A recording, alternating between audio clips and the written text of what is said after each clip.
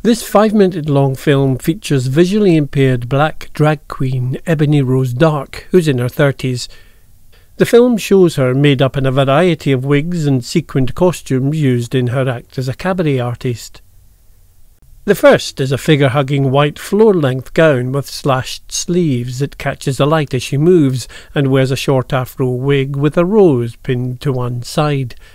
Later she's in thick afro bunches on either side of her head, again with a red rose. She wears a silver sequined mini-dress under a rainbow-coloured sparkling jacket and gold leather knee-high boots. She attaches a pleated yellow cloak with sticks on the inside hem that can spread like the wings of a giant bird.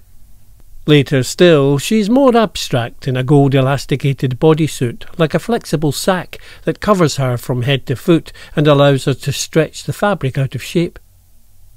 The video was filmed in a cavernous theatre, emptied of seats, but has a huge stage with a blue curtain.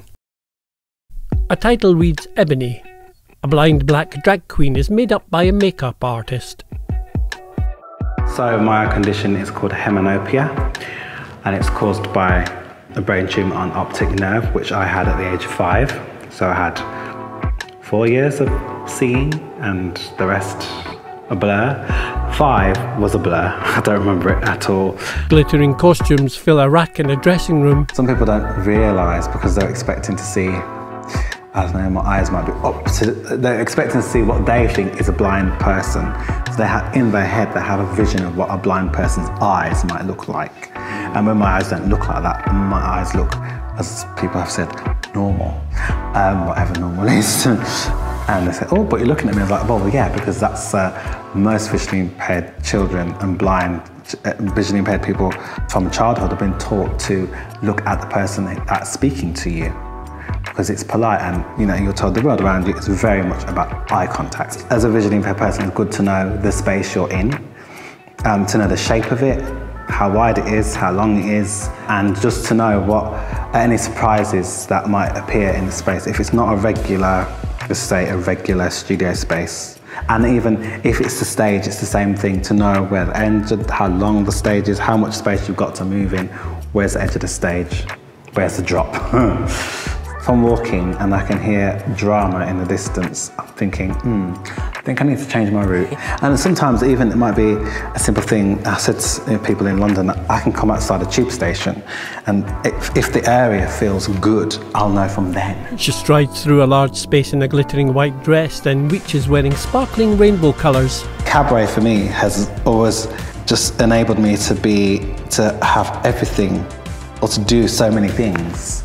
But for me, cabaret adds that extra bit of spice to movement. She crawls on all fours, dances in knee-high golden boots. For me, as a visually impaired artist, to just be representing that, if people see it as activism, fantastic. She catwalks. Just to represent visually impaired artists, a visually impaired LGBT, black artist is enough. She shimmers her shoulders, sweeps a hand through the air and spreads silken wings. I was supposed to be doing my course that I was funded to do, and I meant dance.